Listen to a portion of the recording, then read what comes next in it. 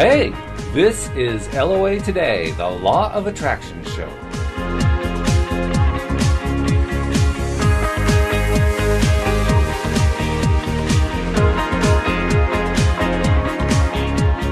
Welcome to LOA Today. My name is Walt Thiessen. And today is Tuesday, February the 5th, 2013. With us today, Sarah Cronk. Sarah is the founder, president, and creative director of The Sparkle Effect, a nationwide program in America that promotes the inclusion of disabled teens in school cheerleading and dance programs. They offer a quick start kit to interested schools, on-site training, and have helped disabled students acquire uniforms. Sarah is a student at Whitman College. She created and coached the nation's first high school-based inclusive cheerleading squad at Pleasant Valley High School in Bettendorf, Iowa, when she was just 15 years old. She has been honored for her work by CNN, Build-A-Bear, and L'Oreal, and her organization was selected by the Classy Awards as a regional winner for Human Rights Charity of the Year, among many other awards and recognitions. And Sarah has joined us today to talk about her experience with the Sparkle Effect. So, Sarah Cronk, welcome to the show. Hi, thank you. We're glad to have you here. Tell us how this whole thing got started. I mean, I know that you started at Pleasant Valley, but what was the impetus behind this? Yeah, well, my older brother has disabilities. He's on the autism spectrum, and his transition into high school was really difficult for him. He is very socially motivated, but kind of socially awkward, and so he had a hard time making friends and was going to lunch and being turned away from table after table and sort of coming home every night very anxious and depressed. And this all went on until, out of the blue one day, a popular upperclassman at our school, who was also the captain of our school swim team, just said, "Hey, dude, come sit with us at lunch," and then eventually invited my brother to join the swim team, where the other members of the team included him as well. And having that group of friends and that sense of belonging and acceptance in our high school culture really turned his world around. So when I entered high school and I became a cheerleader, I really wanted to use my sport to provide that opportunity to other kids.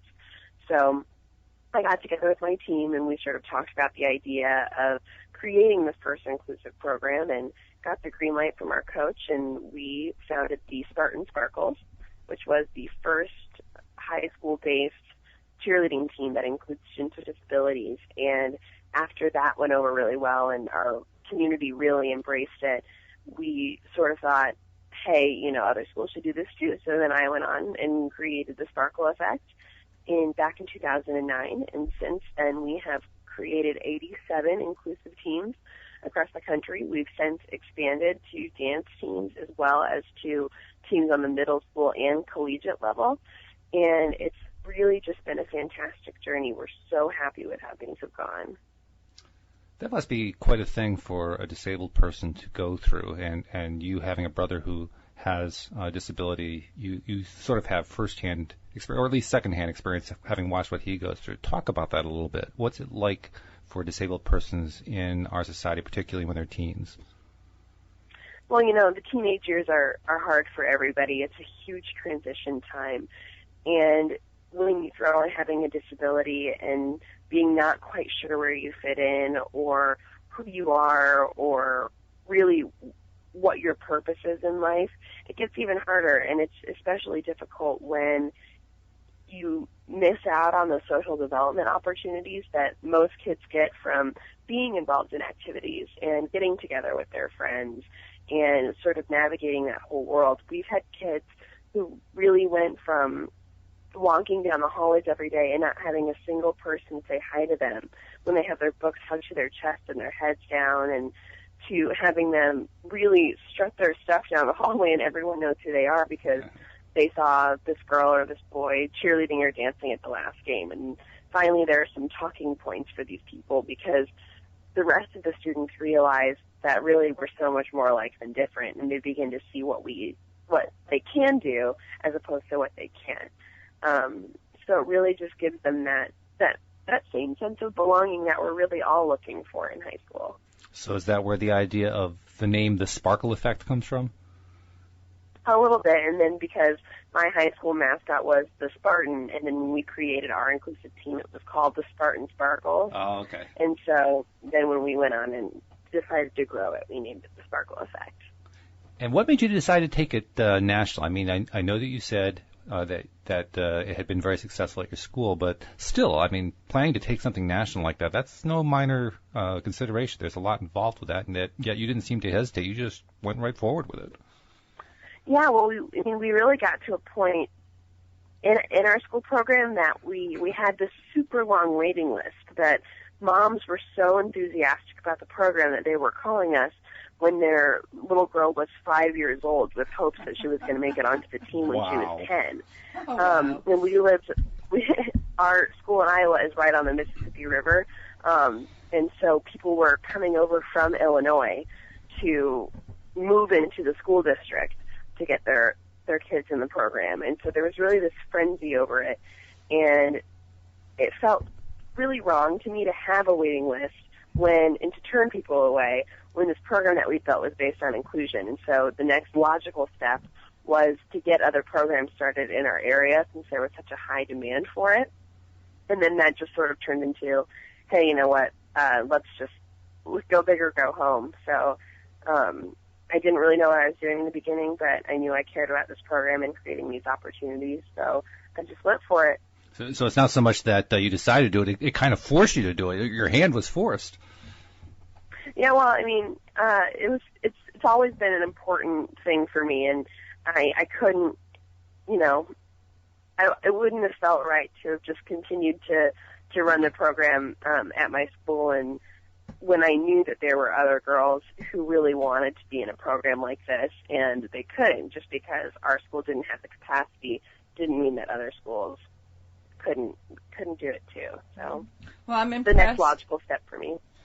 I'm impressed because a lot of people wouldn't have taken it the next step. That would have seemed too overwhelming or too daunting or, too scary, too much of a risk. But I commend you for going for it and not. It sounds like you didn't look around and see all the, just like the program, didn't see all the things that could not happen. You just went for what you knew could happen and stayed focused on that.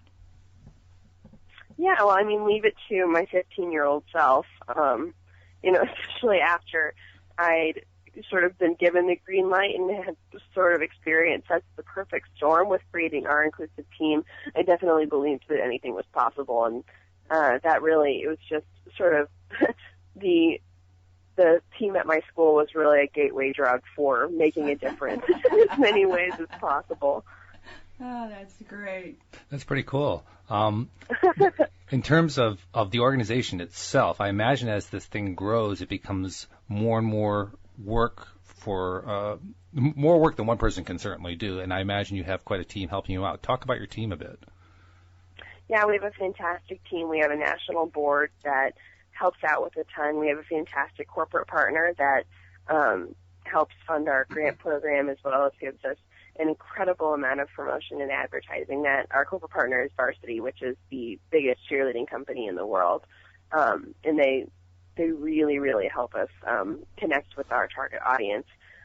We have a great team of trainers which go out to schools throughout the year and give some special one-on-one customized attention to every team that requests it. Like, let's say a team gets started and they're sort of their hearts are in the right place, but they've never worked with kids with disabilities before, and they really just want to make sure that they're doing the right thing and they're doing the best they can. We can send a trainer to them to sit down with them for a day and really just work out, here's how you structure a practice, here's, how many times you're going to want to repeat a cheer before you move on to the next one, all the basic information.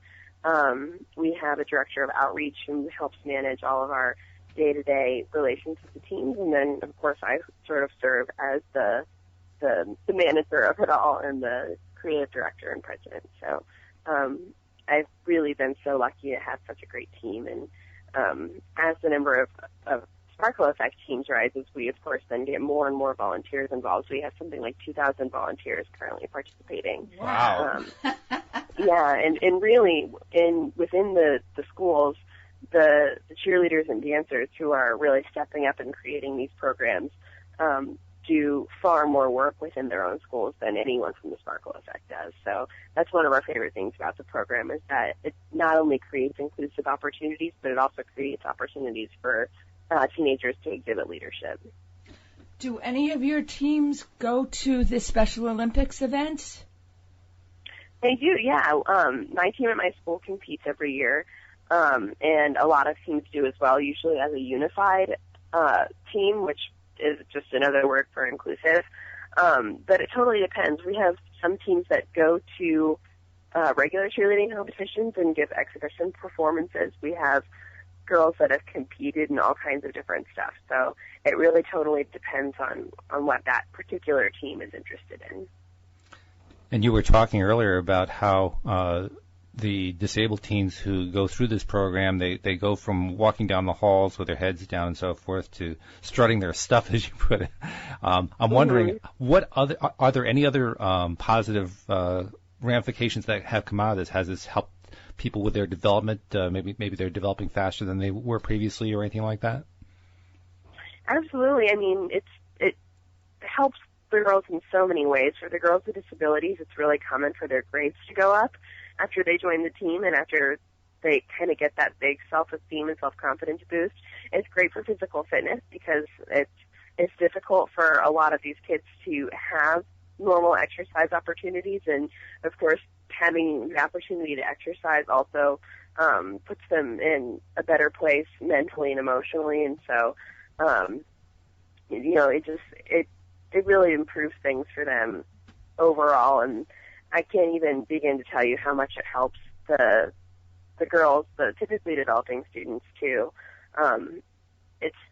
We like to say when everyone cheers, everyone wins, because we really feel like in this program, everyone who experiences it, whether it's a peer mentor, which is what we refer to our typically developing student volunteers as, whether it's a child with disabilities, a family who has a child on the team, the student body, the community overall.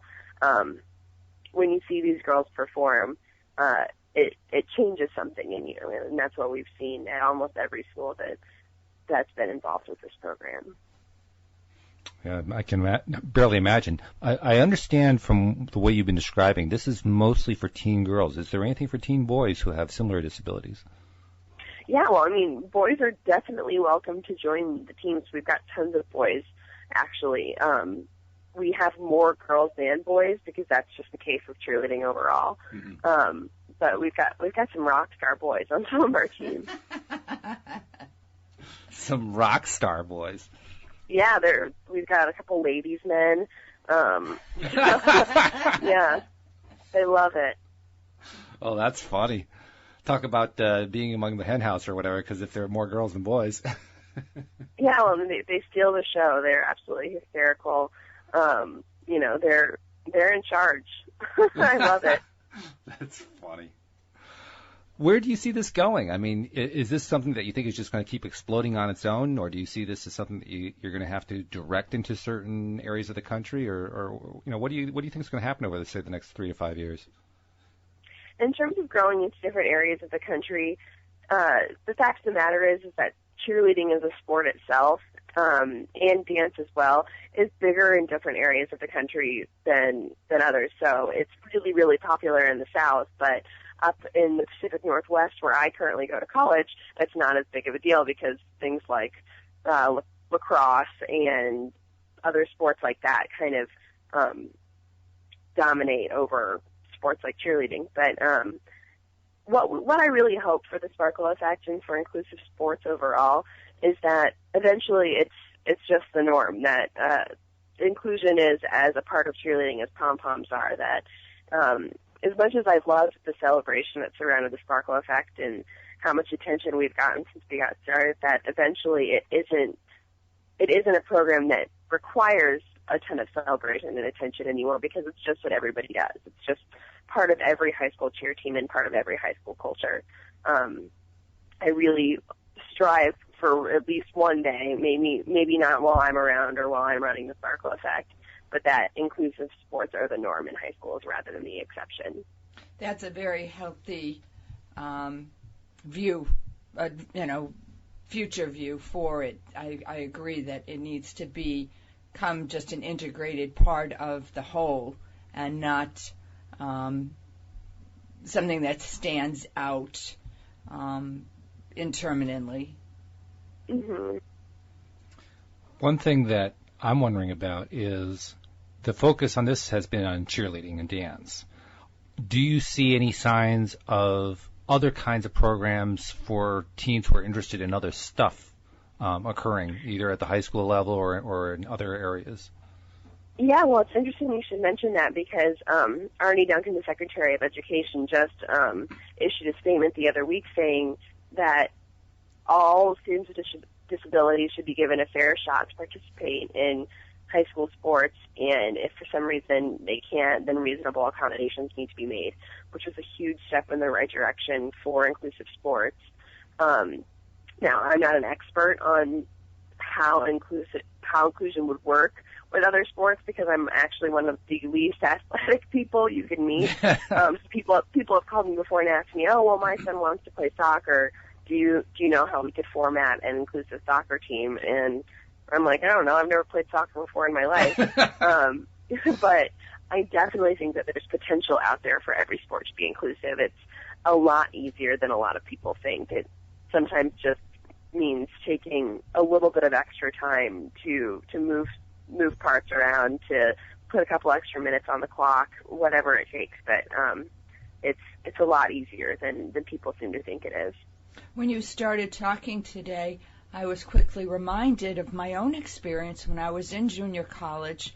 I was a manager of the boys soccer team, and one of the guys on the team had cerebral palsy, and he was included. He came to every practice, and at the end of every game, the coach made sure he got time to play, and that team, it was the first year that junior college had a soccer team, and they were remarkable in among themselves anyway, because none of them had played formal soccer. And when they coalesced and came together, this young man was not left out. He wasn't seen as separate. He was included as part of the team, and I didn't befriend him because of my own insecurities, but I can imagine that it must have had quite an effect on his self-esteem, because just my being a manager, I was at that time very insecure, somewhat depressed, didn't like myself very much. But like you had said, walking through the halls, all the guys on the soccer team would call out my name. "Hey, Louise, how are you?" And the few people that I was walking to class were like, "How do you know all these guys?" And I literally felt myself starting to stand up a little taller because these were good-looking guys. And they were acknowledging me. So I can only imagine somebody's whose handicap was much more obvious than my own depression and lack of self-confidence. It must have been tenfold. Yeah, well, I mean, I think that the fact that we work with cheerleaders and dancers works to our advantage because we've really taken what's known as the most exclusive high school group and turned it into the most inclusive. And so it's great because, so many little girls grow up telling their parents, "Oh, I want to be a cheerleader when I grow up." And then for parents of students with disabilities, they always sort of have that part of them inside that doesn't really believe that their child's ever going to have that opportunity. And then when they can do it, and when they're considered to be just as much a part of a high school cheerleading program as anybody else, it really is life-changing for that child and that family and the team overall. And we just have loved what the program has done for so many kids across the country. Is it, can't think of the right word, but is it only in the United States at this time, or is it international at all? We have one program started in South Africa, actually. Wow. We started that one a couple of years ago. Yeah, we don't know a ton about them because it's really hard to to communicate back and forth all the time, but as far as we know, that they're doing really, really well, and we're really excited. Right now, sort of how cheerleading is only big in some parts of the country, cheerleading isn't really a big international sport yet. It's pretty American pastime, and so we hope that as cheerleading grows, that the Sparkle Effect does too. But we're not too concerned at this point with our international outreach. Okay. That makes sense, though. Everything we've talked about so far has been sports related, and yet there's a lot more in school than just sports. One thought that comes to mind that might be appropriate for disabled people is theater, and there are probably others too that I'm not thinking of off the top of my head. But I'm wondering, do you know of any similar kinds of things going on outside of sports, but in high schools and junior high schools and so forth around the country? Yeah, there are actually tons of really cool inclusive programs. There's a program in a nonprofit called Unified Theater, which puts on theater performances that not only include students with disabilities, but that the subject matter of it is often based on common struggles of students with disabilities. And so they have really cool monologues about really what it's like to have a disability, and it brings a lot of awareness to communities about what these kids are going through. So that's a really cool organization that I'm really fond of.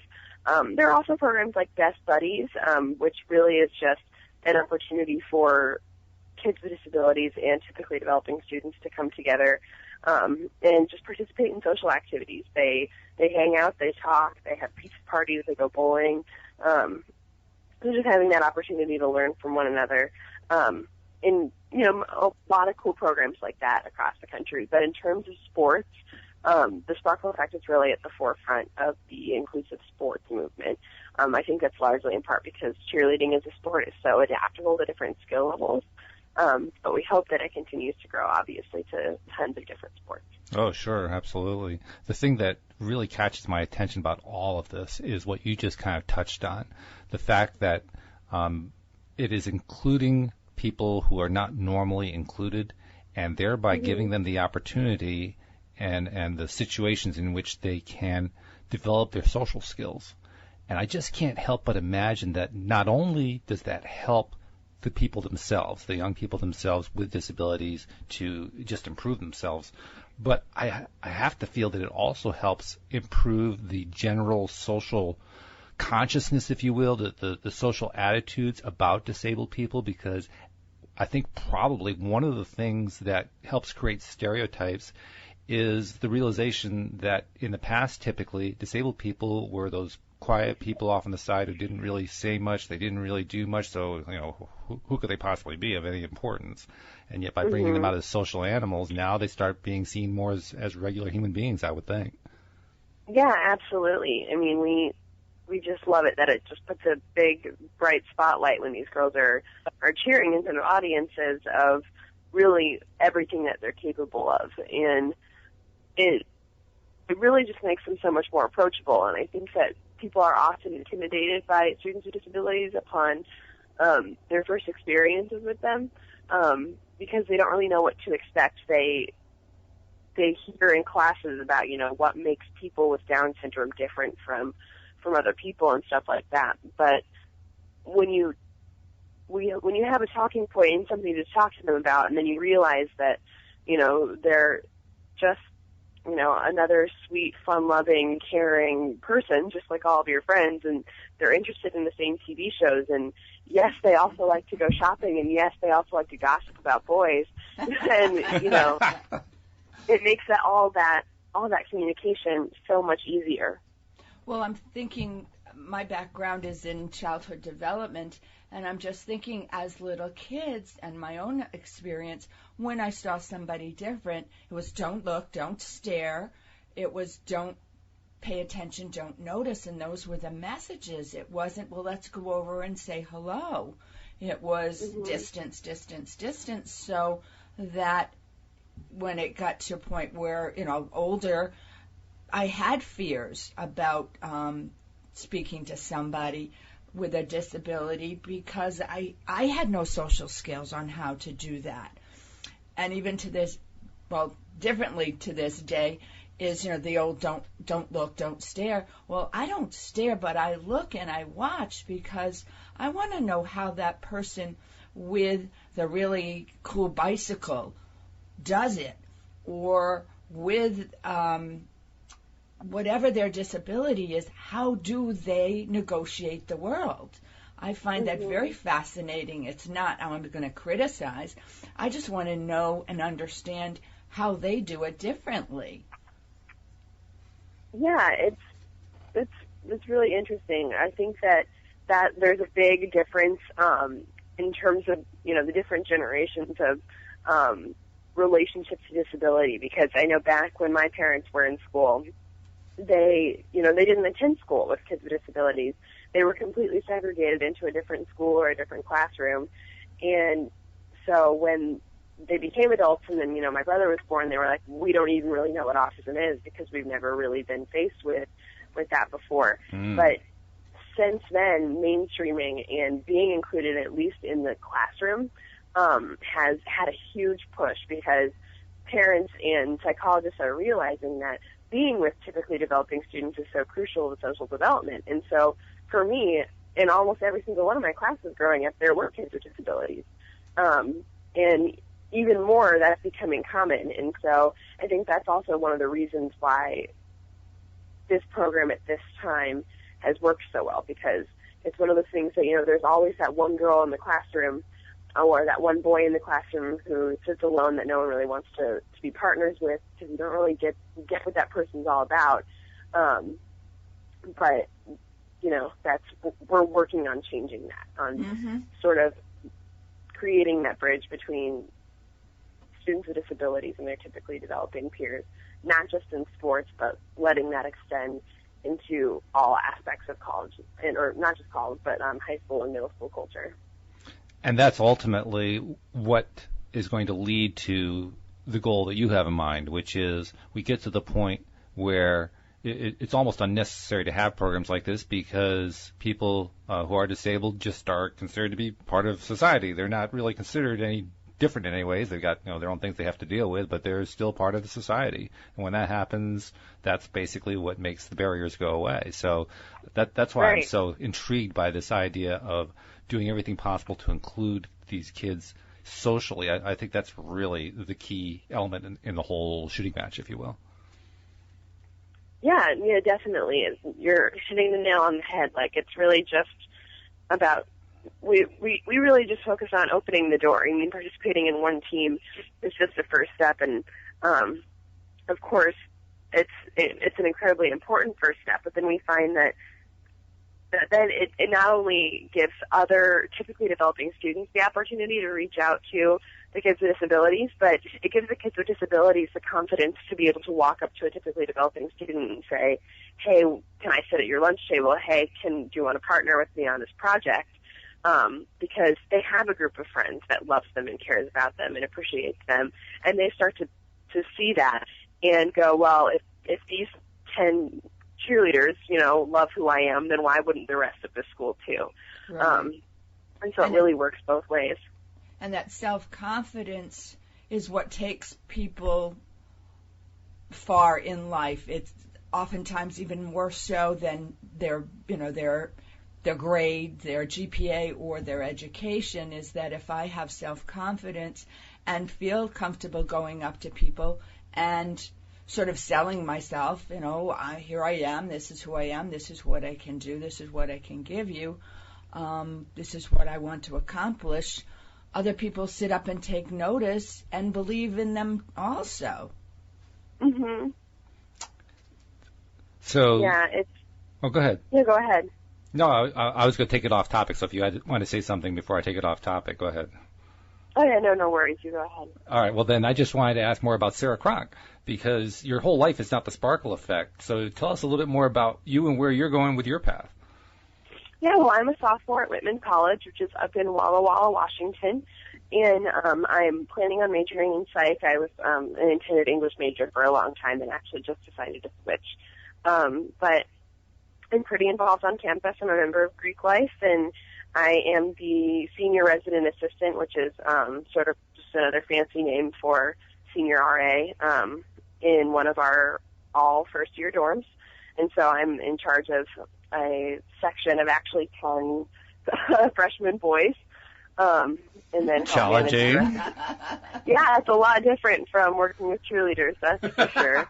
But they're an excellent group of men, so I'm really fortunate to have them around and kind of be like a mama to them. So that's a lot of fun, and I do a lot with work on campus to bring more entrepreneurship opportunities, both nonprofit and for-profit, to students here, since we're a small liberal arts school and we don't have a business program. So that's one thing I'm passionate about here. But yeah, I continue to run the Sparkle Effect and to help it grow and work with teams and manage all of our promotion and stuff like that. So I'm a busy lady, but Yeah. I love being busy. So things are going really well.